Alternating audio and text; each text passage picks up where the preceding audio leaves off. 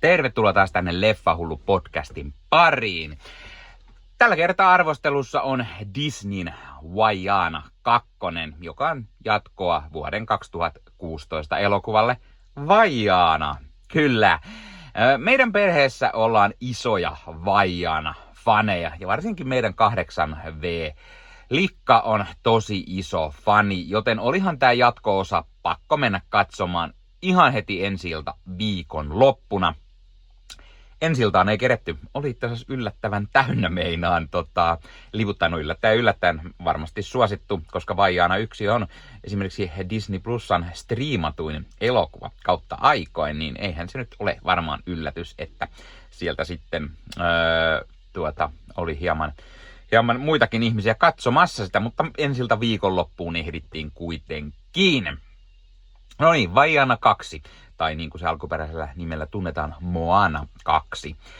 Elokuvan juoni palttiarallaa seuraavanlainen, eli 3 vuotta ensimmäisen elokuvan tapahtumien jälkeen Vaiana viettää päivänsä tutkimalla uusia saaria, toivoen löytävänsä muita ihmisiä, koska heidän heimo on ainut, jota he tietävät. Muita ihmisiä ei tunnu missään olevan. Eräänä päivänä hän saa näyn esi-isältään Tautai Vasalta, joka kertoo, että ihmiset eivät ole enää yhteydessä mereen, koska paha myrskyn jumala Nalo halusi vallan kuolevaisten yli. Tämä Nalo-jumala upotti mystisen Motefetu-saaren, joka yhdisti kaikki nämä saaret jollain tavalla.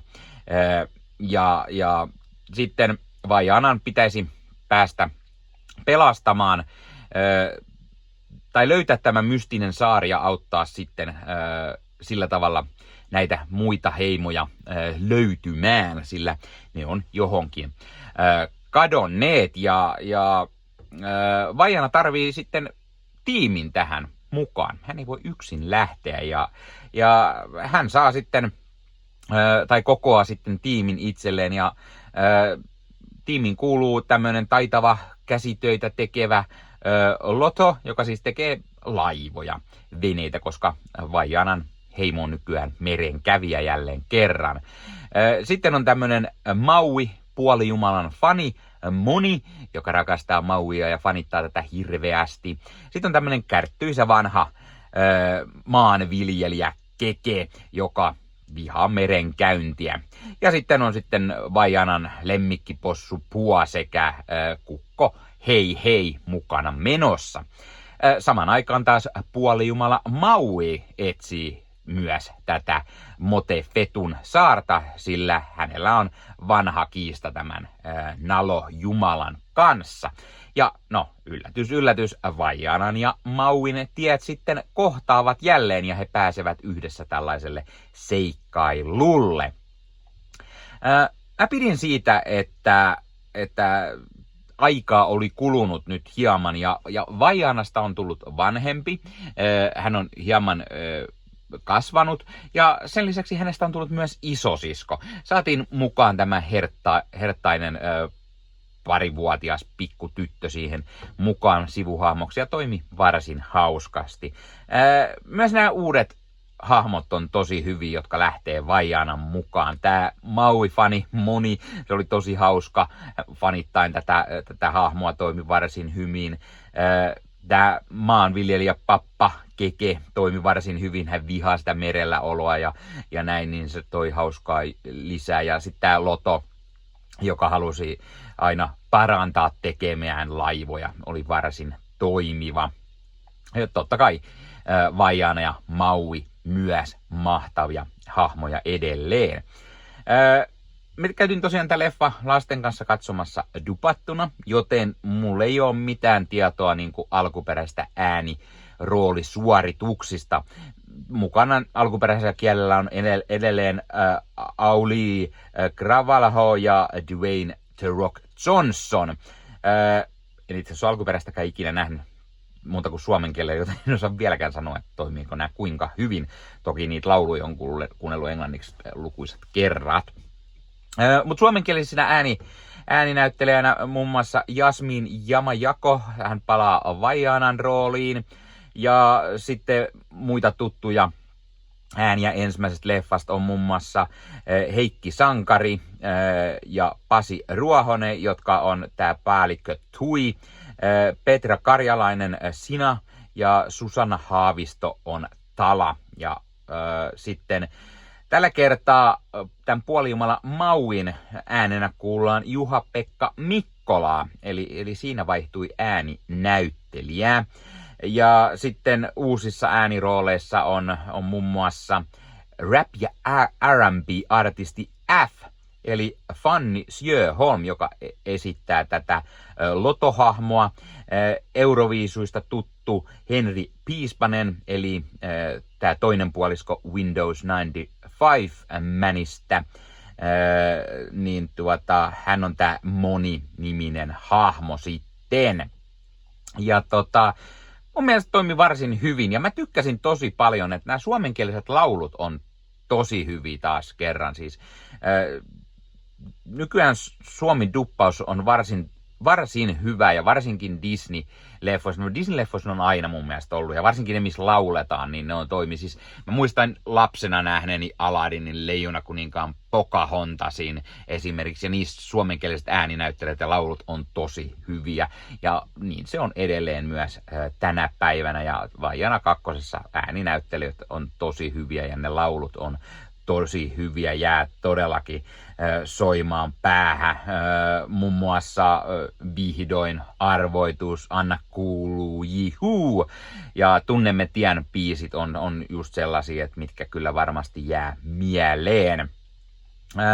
Alun perin tämän Vaianan jatkon piti olla Disney Plus-sarja, mutta lopulta Disney sitten päättikin muokata tämän elokuvaksi. Varmaan kun Bob Iger tuli takaisin, niin hän tajusi, että kyllä varmaan Vaianassa on ison leffan aineksia ja saadaan porukka käymään taas leffateatterissa enemmän, niin siitä tehtiin sitten leffa. Ja tämä leffa oli toki pakko nähdä, mutta vähän huolestutti se, että miten se mahtaa toimia, kun se oli alun perin tehty sarjamuotoon. Eli sitä oli alettu jo tekemään ja tehty aika kauankin, kunnes se sitten muokattiin elokuvaksi.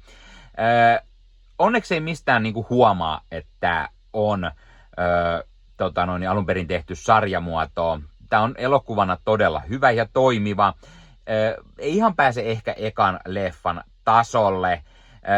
Tässä on paikkapaikoin pikkusen toistoa liikaa, vaikka siinä on paljon uuttakin, mutta jonkun verran toistoa, uusia hahmoja löytyy ja hirviöitä, jumalahahmoja niin poispäin, mutta pikkusen ehkä semmoista toistoa paikoitellen vähän sellainen turhaan ehkä. Toki jatko-osa, niin sillä haetaan sitä ensimmäisen fiilistä, sitä nostalgiaa. Vaiana 2 on todella kaunista katsottavaa, ihan taattu Disney-laatu, siis ei nyt yllätä, Disneyhän tekee tosi näyttäviä leffoja, mutta kaikki ne ihanat värit, mitä tässä leffassa on, niin ne on tosi ihanaa katsottavaa ja niin kuin mahtavasti tehty. Tarina on hyvä, vaikka mä pikkusen jäin kyllä miettimään sitä jonkun verran niin kuin pisin leffaa, että olisiko tämä kuitenkin sarjana toiminut pikkusen paremmin? Saatiin tiettyjä asioita ehkä olisi voinut syventää vähän lisää. Tässä lopputekstien aikaan tulee kyllä yksi kohtaus, mikä petaa vähän jatkoa. Ja eiköhän sitä ole tulossa, koska lipunmyynti oli aika kovaa tässä. Voi olla, että tulee yksi vuoden kovimmista box office numeroista tälle. Toki Inside Out 2, joka on tällä hetkellä ykkösen, niin sillä on aika kova kaula vielä, mutta Disney kilpailee omiensa kanssa. Kakkosena on tietty Deadpool ja Wolverine. Mutta meidän miettimään sitä sarjan muodossa, että tiettyihin asioihin voitaisiin syventyä, ja tästä voisi periaatteessa tehdä vielä sen sarjan, niin kuin, mikä palaisi vaikka ykkösen ja kakkosen välimaastoon, tai sitten syventään hieman tämän jälkeisiä asioita, miten sitten liittyy ne muut heimot ja ne, mitä metsästetään, ja kerrotaan niistä ehkä jotain. tai niin metsästetään, etsitään. Mutta jään kyllä mielenkiinnolla odottamaan, että tuleeko tälle jatkoa. No, ainakin tämä oli tosi hyvin myynyt ennakkoon lippuja, joten saattaa olla isokin hitti tulossa. Ja kuten sanottu, ykkönen on tosi hyvin katsottu esimerkiksi Disney Plusassa, niin kyllä jengiä varmasti kiinnostaa. Ja mun mielestä jotenkin ihana, nyt on joulukuu, käydä lasten kanssa, käydä perheen kanssa katsomassa Disney-animaatio. Mä muistan silloin itsekin, kun mä olin joskus junnu, tuli käyty katsomassa Aladdinit, Leijona kuningas, Pocahontasit, Notre Damen kellosoittaja, mitä näitä oli, niin semmoinen just ennen joulua esimerkiksi, niin sit tulee jotenkin semmoinen omanlainen fiilis, saada semmoinen Disney-animaatio-fiilis tähän. Arvosanaksi mä antaisin Vaijana kakkoselle 8,5. Kyllä se varmaan 8,5/10 voin antaa. Mä viihdyin tämän parissa ja hyviä biisejä ja ehdottomasti mä kuuntelin heti leffasta tultua vähän näitä biisejä uudelleen ja varmasti tulee kuunneltuna myös englanniksi, koska ne oli ensimmäisessäkin ne englanninkieliset biisit tosi hyviä. Jos sen ekankin joskus katsoisi sitten englanniksi, niin pääsee kuuntelemaan paremmin, miltä Dwayne Johnson kuulostaa Mauin roolissa. Ja onhan siitä live action leffaa tekeillä juuri 26 taisi olla tulossa, ellei väärin muista. Kuvaukset on tällä hetkellä menossa. Pistä he kommentteihin. Aiotko mennä katsomaan Vaijana kakkosen? Tai jos olet jo nähnyt, niin mitä olit mieltä? Tykkäsitkö? Et? Miksi et? Onko tämä parempi kuin ensimmäinen leffa vai onko ensimmäinen edelleen se paras osa? Tai mitä mieltä muuten olet siitä ensimmäisestä Vaijanasta? Tykkäätkö vai etkö tykkää? Tai miksi et? Pistä myös kommentteja, että mitä leffoja aiot vielä tämän vuoden puolella käydä katsomassa. Vuosi lähenee loppuaan pikkuhiljaa. Siellä on ainakin tulossa vielä Disneyltä tämä Mufasa live action leffa, eli esiosa Leijona kuninkaalle, tälle Jon Favreau'n live action versiolle siis. Live action. Tiedätkö, kun on tehty? No joo. Ja hei, jos katsot YouTuben puolelta, niin pistä peukkuun, jos pistä kanavatilauksen muistoskellosta päälle. Näitä aina, koska tulee uusia videoita ja sen lisäksi auttaa kanava kasvamaan. Eli kiitos kaikille, jotka olette kanavan tilanneet. YouTuben puolella siellä on jäsenyydet, superominaisuudet päälle. Sieltä voi jäsenet tulla kanavan jäseniksi ja sieltä saa erikoismainintaa esimerkiksi tohon nimen, kun on kanavan jäsen ja sit saa erinäköisiä hyviä asioita. Näkee ennakkoonkin. Esimerkiksi tämänkin on nähnyt varmasti jo aikaisemmin, jos on kanavan jäsen, tämän videon sieltä ja muita videoita tulee. Esimerkiksi täällä on paljon tällä leffahuoneessa kaiken näköistä, mistä on tulossa lähiaikoina varmasti video, niin niitäkin näkee sitten ennakkoon, kun on kanavan jäsen. Joskus tulee jopa pelkästään jäsenille tarkoitettuja videoita. Ja sen lisäksi on kaikki korostettuja vastauksia ja tila ja tämmöisiä merkkejä ja muuta kaikki. Kyllä te tiedätte YouTube-juttut. 0,99 € kuussa tai 2,99 € kuussa, niillä saa erinäköisiä asioita, kun tilailee tai on kanavan jäsen. Ja niitä supertykkäyksiä, superkommentteja, kaikkea voi laittaa, niin siitä tulee muutamat kymmenet sentit sitten tähänkin suuntaan. Eli kiitos kaikille, jotka olette niitä laittaneet. Ottakaa Leffahullu somekanavat haltuun, Instagrami, TikTokki, Facebook-sivusto, jäne. Meikäläinen tekee Marvel Podcast Suomea, Star Wars Podcastia ja sitten sen lisäksi meikäläinen kuuluu Leffamediaan, jos on yli 30 sisääntuottajia, jotka rakastavat leffoja ja sarjojen katsomista, niiden arvostelemista ja kaikkeen leffoja ja sarjoihin liittyvää. Sieltä löytyy leffa- ja sarja-aiheiset uutiset, huhut, trailerit, sieltä löytyy haastatteluja, kaikennäköistä leffoja ja sarja-aiheista. Ja jos taas haluat ostaa fyysisiä leffoja, niin suomikassu.fi verkkokaupasta voi käydä ostamassa itselleen 4K DVDtä, Blu-raytä. Siellä kun käyttää koodia Leffahullu saa 5 € alennusta, kun ostaa yli 60 €. Mikä se mukavampaa? Pikkualennus, ostaa leffat ja sarjaiset fyysinä hyllyyn, koska koskaan ei voi tietää, koska kun suoratoistopalvelu lähtee muokkaamaan leffoja, poistamaan niitä valikoimastaan. Usein kuvan ja äänenlaatu kärsii, koska suoratoistopalvelun pittivirta ei riitä. Kun leffa on fyysinä hyllyssä, siinä on paras mahdollinen kuvan ja äänenlaatu ja silloin niin kuin tietää, että varmasti saa laatu. Sen lisäksi fyysinen leffois on esimerkiksi bonusmateriaaleja elokuvan tekemisestä. Ostat jonkun erikoisjulkaisun, tyylikäs steelbook vaikka tai premium-julkaisu, niin tulee kaikennäköistä lisähärpäkettä myös mukana, magneetteja, julisteita, kirjasta, vihkosta sen leffan tekemisestä, kaikennäköistä muuta mukavaa. Sen takia fyysinen formaatti on aina jees.